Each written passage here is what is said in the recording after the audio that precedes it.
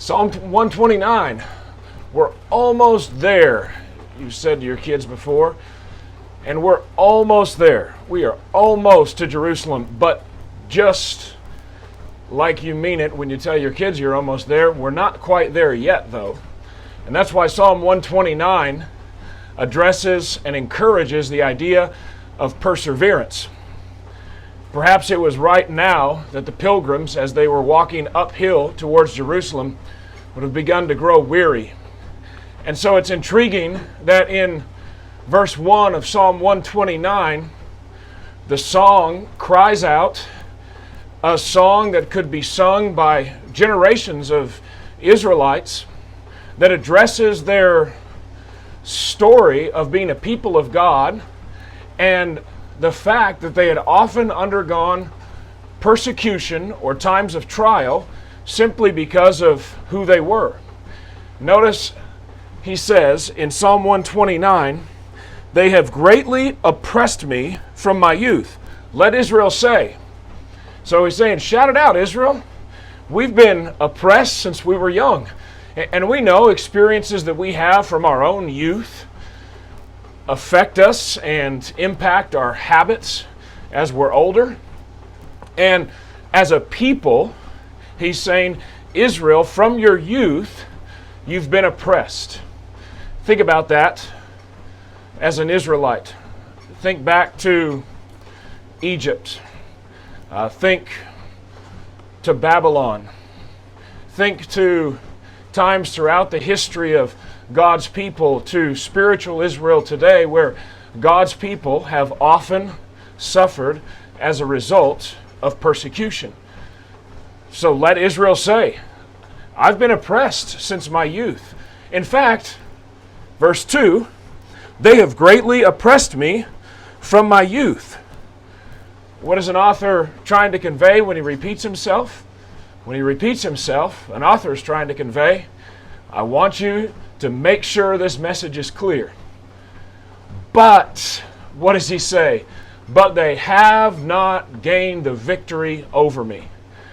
You see, they've greatly oppressed me from my youth is just part of the story. I don't even want to say it's half of the story, because the part of God's story that's always so amazing is that although God's people in a variety of cultures at different periods of times for various reasons have been oppressed, sometimes self-inflicted, sometimes as a result of circumstance, sometimes as a result of direct brutality of leadership of governments that are opposed to the Christian way of life, God's people don't allow the oppression to write the story. They allow the victory to write the story. And so, although they've been oppressed from their youth, this psalm declares a psalm of victory. But they have not gained the victory over me. The question we have to ask as we read through this psalm then, and as we sing it in our own life, perhaps reflecting on our own experiences of suffering, whatever those might be, how does this psalmist declare that victory, and how does he walk in that victory? Because it's an experience that many suffer from, having been oppressed or abused from a very young age. And how is it then that you move from that into victory and don't allow that oppression to forge your identity, but allow the victory that the Lord gives to forge your story? In the third verse, he says, plowmen have plowed my back and made their furrows long. That's a striking image, and one we probably don't want to think too much about, just because it's harsh. But that's been the reality of some. That's been the reality of God's people in Egypt. And in a poetic way, he's saying, think of the plow just going over your back and making its furrows long. That's some very serious violence. That's a picture of intense oppression. But, now, that's the second time this psalm says, this has happened, but this. And remember, in the Psalms, that's a very common way in Jewish poetry to repeat yourself a second time and make just a slightly different point in order to understand the complete thread of the psalm. So here, just like he says, but they had not gained the victory over me, now he says, but the Lord is righteous. If we are to understand the difficulty of our past without forgetting it, if we are to understand how we can move on with a joyful, amidst suffering, with a peace, even in the storm, it's to understand that the Lord has got it right. But the Lord is righteous. You see, not every situation can be corrected that was in our past. I can't go back to everyone that's ever said something bad about me and make them take it back. I can't go ask and demand that every wrong be righted in my past. But what I can be confident in is that the Lord is right. That God, in His character, is righteous, and that He has an accounting for all things that have happened. So if I'm going to walk victoriously instead of being held back by my past and return to where I've been and live in that with some sort of guilt or shame or whatever is attached to it, I'm going to have to let the Lord decide. I'm going to have to let the Lord be the judge. And that's a challenging thing to do because it means that I'll be letting go a little bit. But the Lord is righteous.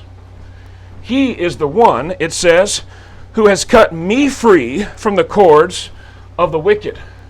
Whenever I hang on to that, the only person that's really hurting is me. And so the Lord has set me free. And perhaps it is that I need to remember as I think back to wanting to right a wrong, or as I think back to wanting to hold on to something, that I need to forgive so that I can walk in peace. So the Lord's cut me free. The emphasis seems to be in this psalm that I'm going to allow the Lord to be right and to be righteous and to be the one who takes me forward so that I can move on, so that I can keep journeying uphill. And that's what perseverance is. And that's why as I walk a steep mountain, or as I hit mile 22 in a marathon and I feel like I've got nothing left, I can't think about where I've been. I can't think about the mistakes that I've made. All I can think about is where I'm going and who's supporting me. And that'll get me to the finish. Now, the impact in the mind of the author, notice what he says. May all who hate Zion be turned back in shame.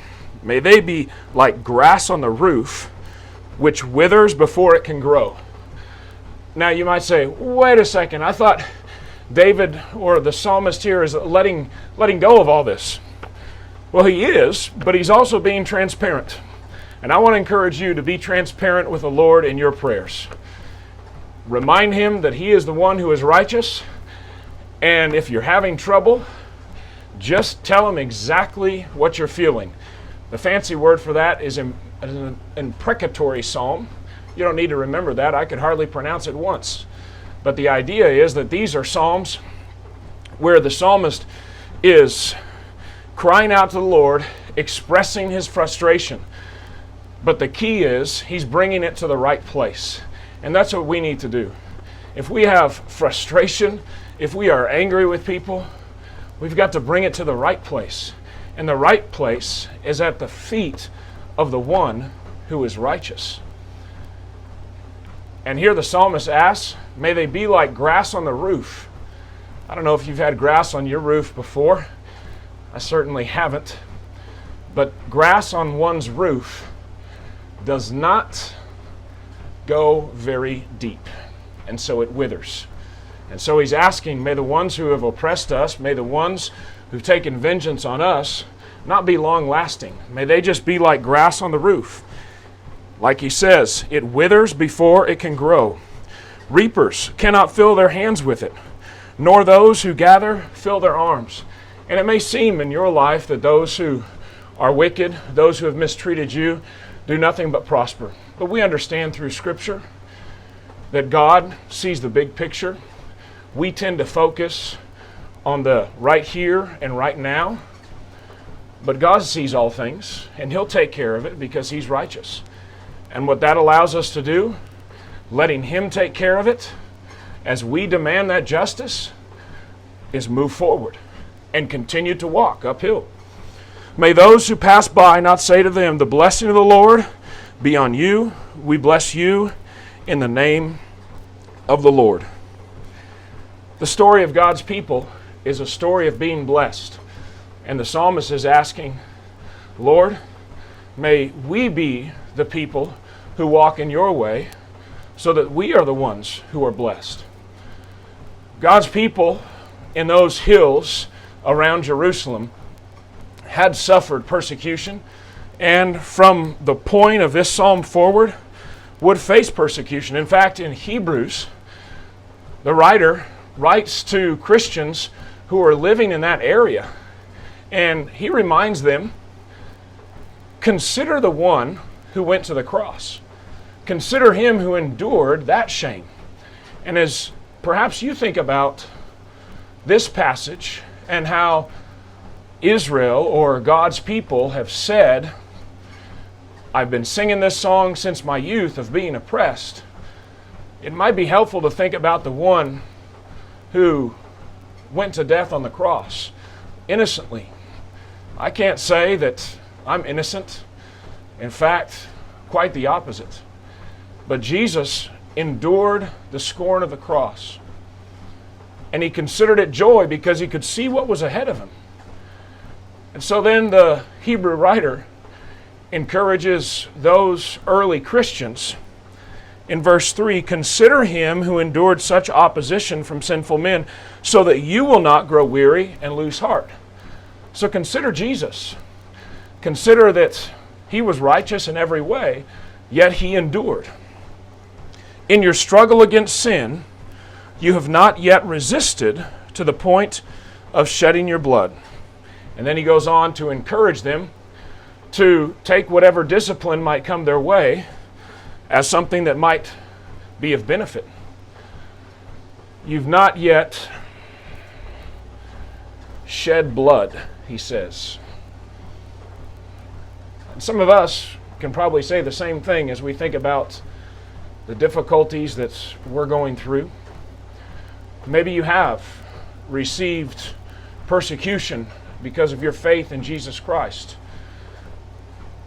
Here the writer of Hebrews is saying, sing the song, recognize where you've come from, the great difficulty, but don't let that be your focus. Focus on the one who is right. Consider him who went to the cross, who had his back plowed open. Consider the one who was innocent, yet went to the cross, scorning its shame, so that we might be declared righteous. Now that's the song that we're singing. Now that's something that can bring joy even through great difficulty. And so when the psalmist in Psalm 129 says, I've been singing this since I was young, but they haven't gained the victory over me, we can say the same thing. because we have gained the victory through Jesus Christ. So our enemies, the enemy, we might be able to say, has not gained victory over us.